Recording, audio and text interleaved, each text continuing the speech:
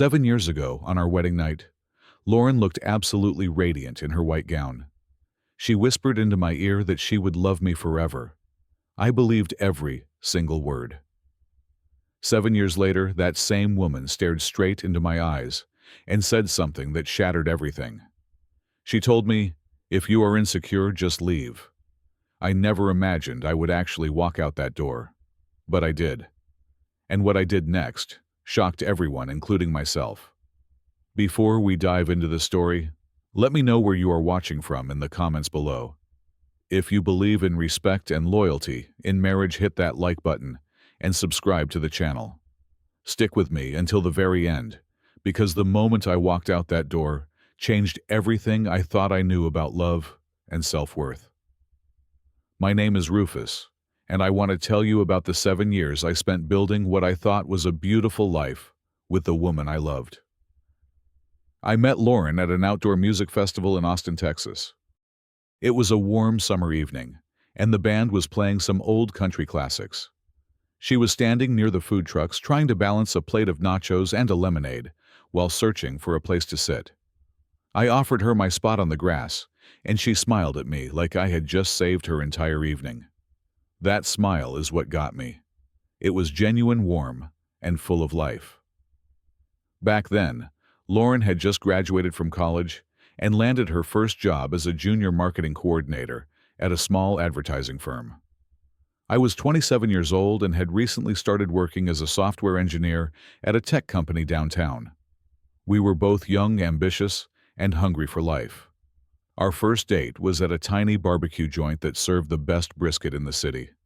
We talked for 4 hours straight and closed down the restaurant. We dated for 3 years before I proposed. I saved up for 6 months to buy her a ring that she had once pointed out in a jewelry store window. When I got down on one knee at the same spot where we first met, she cried and said yes before I could even finish my sentence. The first 4 years of our marriage were everything I had dreamed of. We bought a small house in the suburbs with a backyard big enough for a dog. We adopted a golden retriever and named him Biscuit. Every summer, we would take road trips to different parts of the country. We visited the Grand Canyon, drove along the Pacific Coast Highway, and spent a week in the mountains of Colorado. Lauren would pack sandwiches and snacks, and I would create playlists for the drive. Those were the happiest days of my life. Lauren was the most thoughtful wife I could have asked for. She would leave little handwritten notes in my lunchbox with messages like, "Have a great day," or "I am so proud of you." She remembered every anniversary, every special date. When I got promoted at work, she threw me a surprise party with all our friends. I truly believed we would grow old together, sitting on our porch watching our grandchildren play in the yard. Everything started to change about 8 months before that fateful night. Lauren got promoted to head of the marketing department at her company. It was a big deal, and I was genuinely proud of her. She had worked so hard for years, and she deserved every bit of that success. I took her out to a fancy restaurant to celebrate, and we toasted to her achievements. But slowly, things began to shift. Lauren started leaving for work earlier than usual and coming home later than before. At first, she explained that the new position required more responsibility and longer hours. I understood that. I wanted to support her career in every way possible. Then came the team-building events. They seemed to happen every other week. Client dinners became a regular occurrence. Sometimes, she would come home past midnight, smelling faintly of wine and cigarette smoke even though she did not smoke. I noticed other changes too. Lauren began paying more attention to her appearance. She bought new dresses, started wearing heavier makeup, and switched to a new perfume that I did not recognize. When I complimented her on looking nice, she would brush it off and say it was just for work, that she needed to look professional in her new role. I told myself this was all normal. She was a department head now. Of course, she needed to look presentable. I started taking on more household chores to ease her burden. I cooked dinner most nights, did the laundry, walked Biscuit twice a day. I wanted her to know that I was her partner, that I supported her completely. One evening, everything shifted inside my chest. Lauren was taking a shower after coming home late from another client dinner. Her phone was on the nightstand, and it lit up with a notification. I was not trying to snoop. I just glanced over instinctively. The message was from someone named Derek. It read, "You looked amazing in that dress today. Cannot stop thinking about it." I felt like someone had punched me in the stomach. My hands went cold. I stared at those words until the screen went dark again. I tried to rationalize it. Maybe Derek was just a coworker being friendly. Maybe it was just a harmless compliment. People say things like that all the time at work, right? But that night, I could not sleep. I lay in bed next to Lauren watching her breathe peacefully, and I could not shake the feeling that something was terribly wrong. I kept replaying that message in my head. The way it was worded did not feel professional. It felt personal, intimate. I decided not to say anything. I was afraid of coming across as jealous or controlling. I did not want to be that kind of husband. I convinced myself that I was overthinking, that my insecurities were getting the best of me. I buried that message deep inside and tried to move on, but it never really went away. Over the next 2 months, the signs kept piling up like autumn leaves I could not sweep away fast enough. Lauren mentioned Derek constantly. It seemed like every conversation about work included his name. Derek suggested this marketing strategy. Derek closed that big account. Derek gave the most inspiring presentation at the quarterly meeting. The way she talked about him made my stomach turn.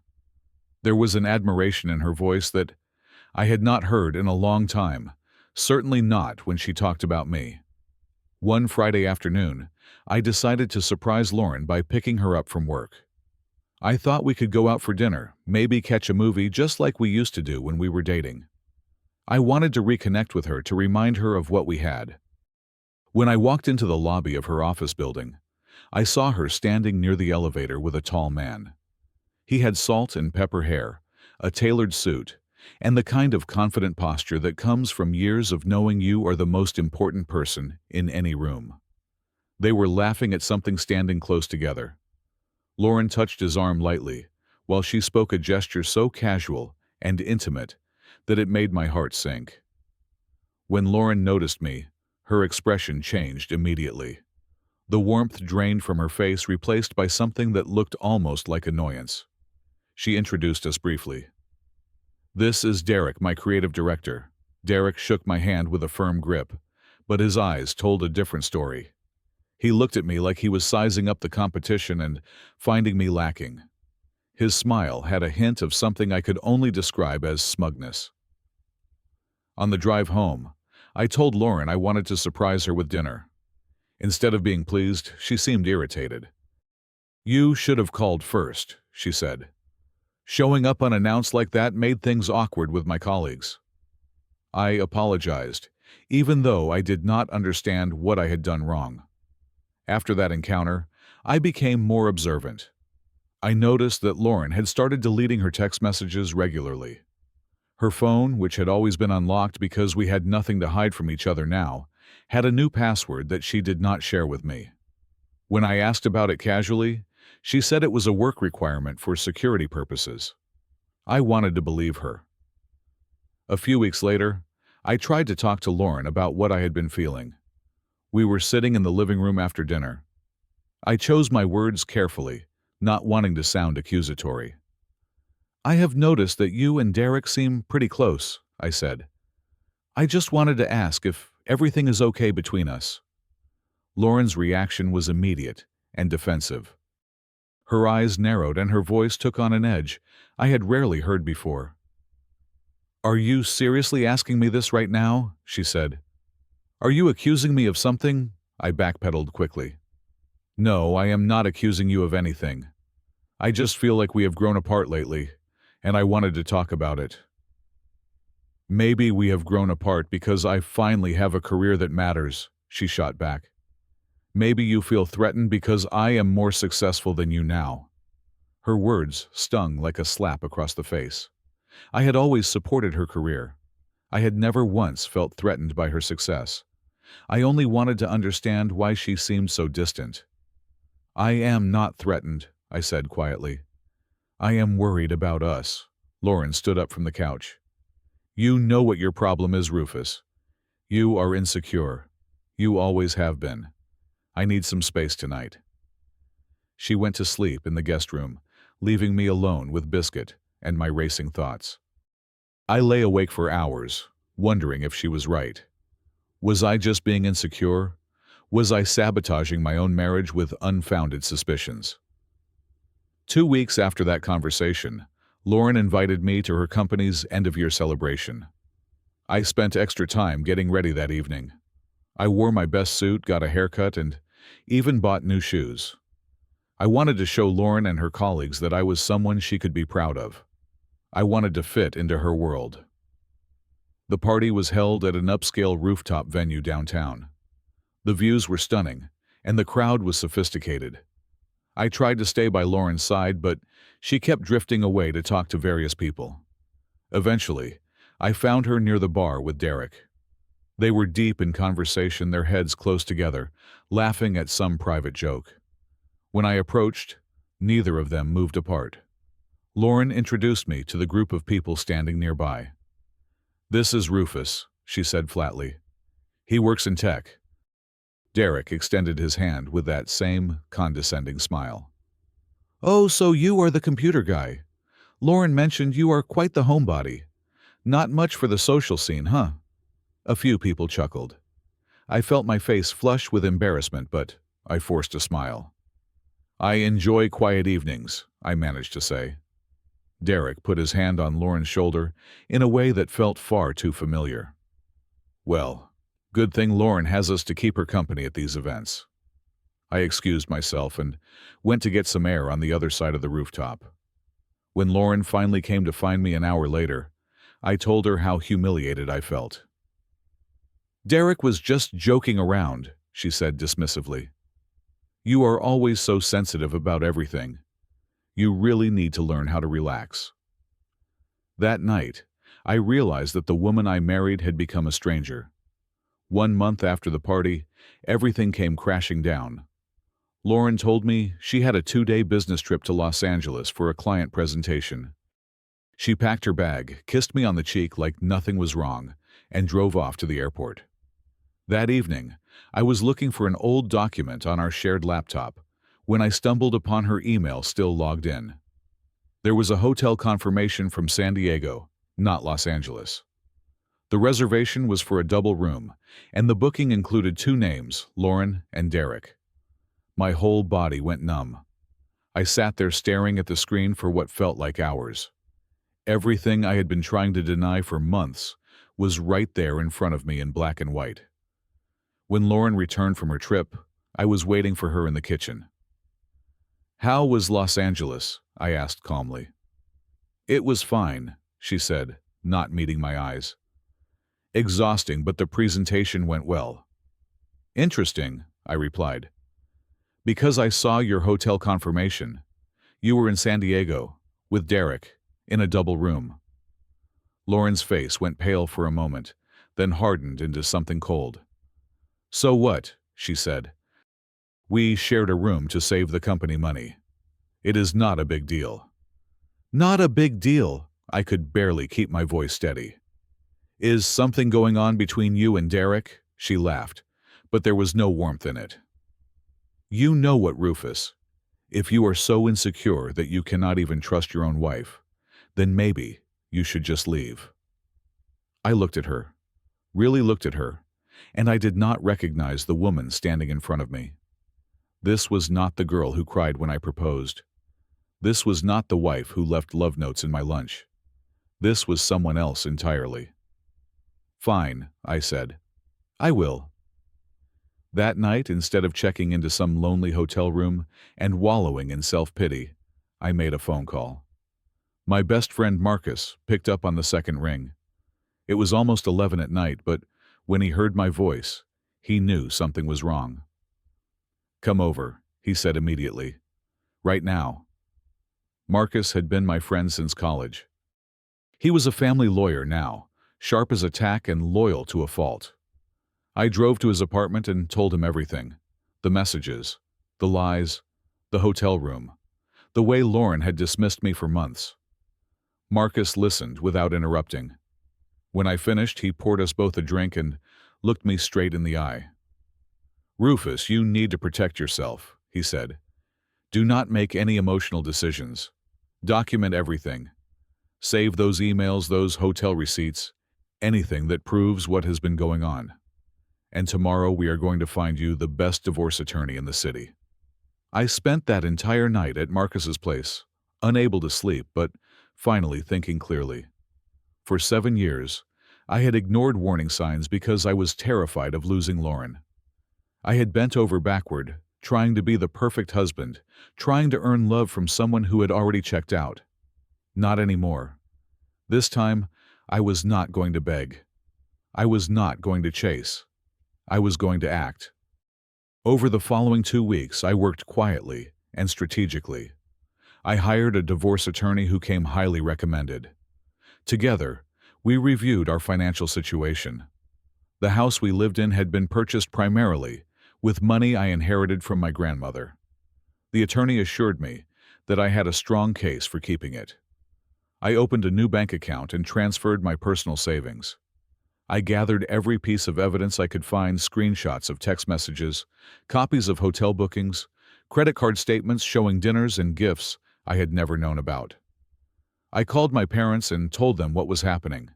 They were heartbroken but supportive. Then, I called Lauren's parents. Her mother cried on the phone. Her father was silent for a long time before saying, "I am so sorry, son. I did not raise her to be like this." Throughout those 2 weeks, I continued going to work and coming home as if nothing had changed. I was polite to Lauren but kept my distance.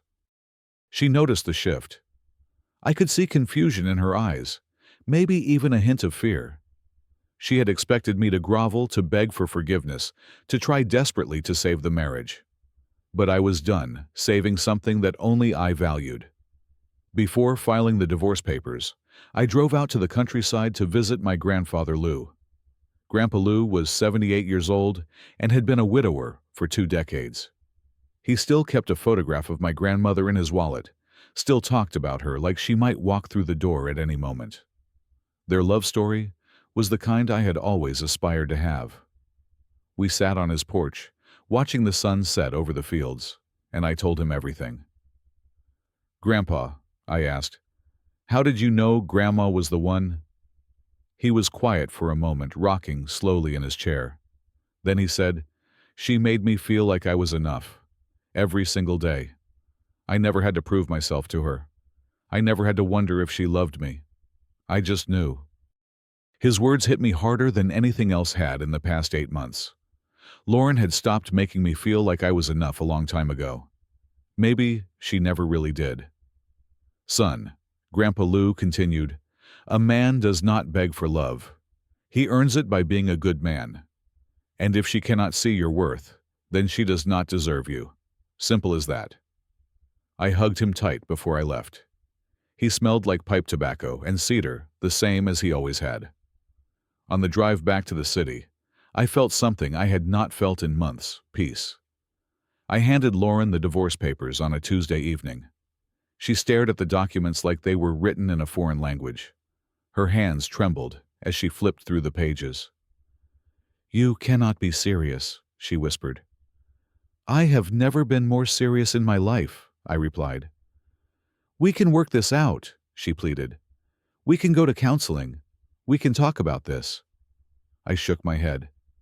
"You told me to leave if I was insecure. So I did. And you know what I realized? I was never insecure. I was right. About all of it." Lauren started crying then. She admitted that she and Derek had grown close, that there was an emotional connection between them. But she swore nothing physical had happened, as if that made it better. "That is almost worse," I said. "You gave him your heart while I was standing right here waiting for you to come home to me. Do you have any idea how that feels?" She reached for my hand, but I pulled away. "I gave you 7 years of chances, Lauren. 7 years of being patient, understanding, supportive. You chose to throw all of that away for someone who made you feel special at office parties. I am not going to compete for my own wife. The divorce was finalized 4 months later. 6 months after signing the papers, my life looked completely different. I kept the house. Lauren moved into an apartment on the other side of town. I heard through mutual friends that she and Derek lasted about 3 months before things fell apart. Apparently, Derek had a pattern of pursuing married women. Once the thrill of the forbidden was gone, so was his interest. I did not feel satisfied hearing that news. I did not feel vindicated or smug. Mostly, I just felt sad. Sad that the woman I had loved for so long had thrown everything away for someone who never actually cared about her. I focused on rebuilding myself. I started going to the gym regularly, something I had neglected during the final years of my marriage. I took a cooking class and learned to make dishes I actually enjoyed eating. Biscuit and I went on longer walks exploring trails and parks we had never visited before. Marcus introduced me to a hiking group that met on weekends. At first, I was hesitant to put myself out there, but slowly, I started making new friends. People who did not know me as Lauren's husband. People who liked me for who I was. About a year after the divorce, I ran into Lauren at the grocery store. She looked different, thinner, tired with dark circles under her eyes. The confidence that had once radiated from her was gone, replaced by something that looked like regret. "Rufus," she said quietly, "I am so sorry. For everything. I was wrong." I nodded slowly. "I know you were. I hope you find what you are looking for." There was no anger in my voice, no resentment. I had spent months working through those feelings, and I had come out the other side. Holding on to bitterness would only have poisoned my own life. We said goodbye like two strangers who had once known each other in another lifetime. And when I walked away, I felt lighter than I had in years. Looking back now, I understand something that I could not see when I was in the middle of it all. I used to think that walking away from a marriage meant admitting defeat. I thought a real man was supposed to fight for his relationship no matter what to hold on, even when everything was falling apart. But I was wrong. A real man knows his own worth. A real man does not beg for love from someone who has already stopped giving it. A real man recognizes when it is time to stop fighting for someone who quit a long time ago. Lauren's words that night, the ones that cut me so deeply, ended up being the key to my freedom. She told me to leave if I was insecure, so I left.